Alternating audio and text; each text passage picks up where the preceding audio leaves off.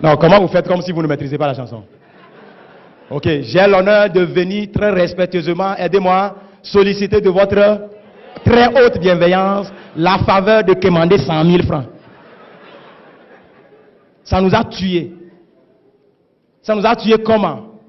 On nous a dit, mon fils, ma fille, va à l'école, étudie très bien, et quand tu finis, il y a un bon boulot qui t'attend.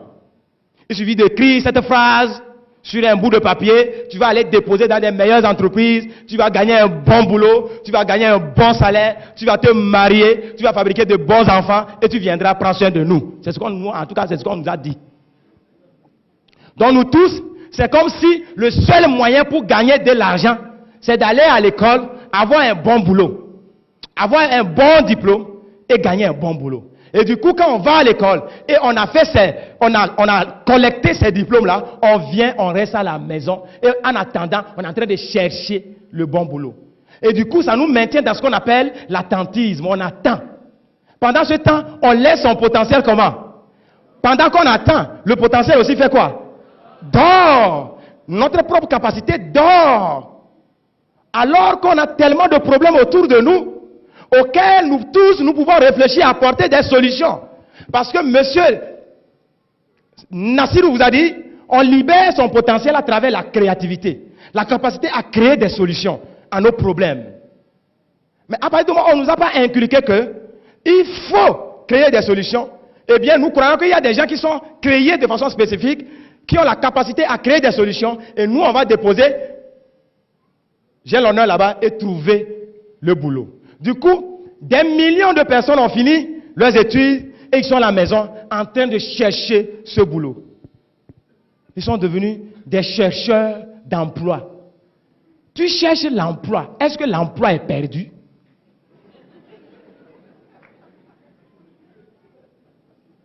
Au lieu qu'on forme, excusez-moi, au lieu qu'on forme des créateurs d'emplois, les créateurs de solutions, les créateurs de travail, on forme des chercheurs d'emplois. Donc du coup, beaucoup d'entre vous, les parents, vous avez dépensé des millions pour l'éducation de vos enfants, ils ont fini, ils sont revenus à la maison, ils deviennent encore une charge à la maison. Puisqu'on lui a dit, il faut trouver un bon boulot.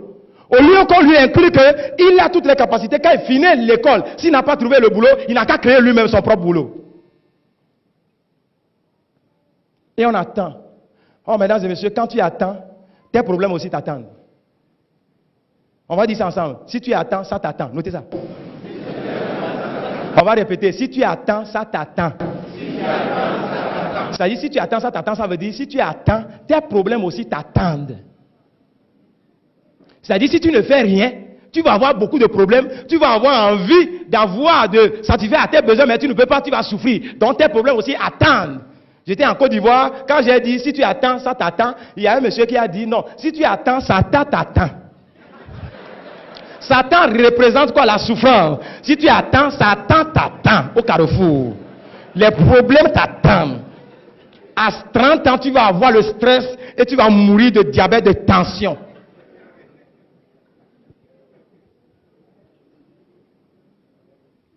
Et ça nous maintient dans quoi? La dépendance. On dépend maintenant des parents. On dépend de la seule personne qui va au boulot, il revient avec son salaire.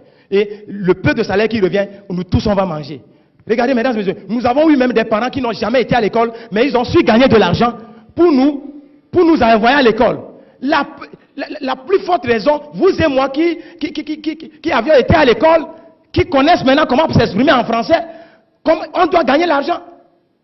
Gagner de l'argent ne doit pas être conditionné par les diplômes.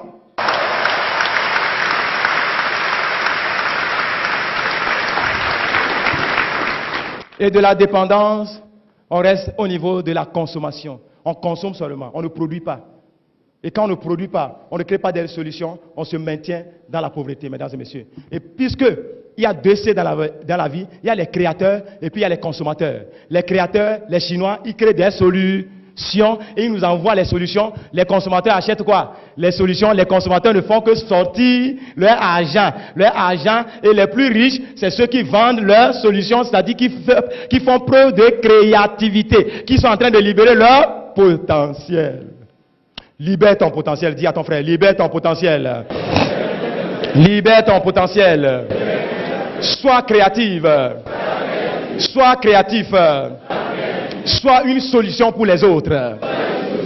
Alors, vous allez dire vous-même, je libère le plein de mon potentiel. Alors, quand je vais dire top potentiel, c'est ça le nom de l'entreprise. C'est-à-dire, il faut être au top de tes capacités. Top, quand je vais dire top potentiel, tu dis, je libère le plein de mon potentiel. Top potentiel. Je libère le plein de mon potentiel. Oh non, ce n'est pas chaud, ce n'est pas chaud. C'est comme si vous aviez peur de libérer toutes vos capacités. Top potentiel. Je libère le plein de mon potentiel. Top potentiel. Je libère le plein de mon potentiel. Top potentiel. Je libère le plein de mon potentiel. Top potentiel. Je libère le plein de mon potentiel. Mais vous savez, cette mentalité est propre à l'Afrique francophone.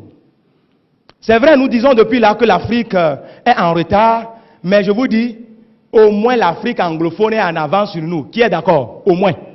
Quand vous prenez Afrique du Sud, quand vous prenez Kenya, quand vous prenez Ghana, quand vous prenez Nigeria, c'est vrai, on est tous en Afrique, mais au moins, pour eux, est mieux.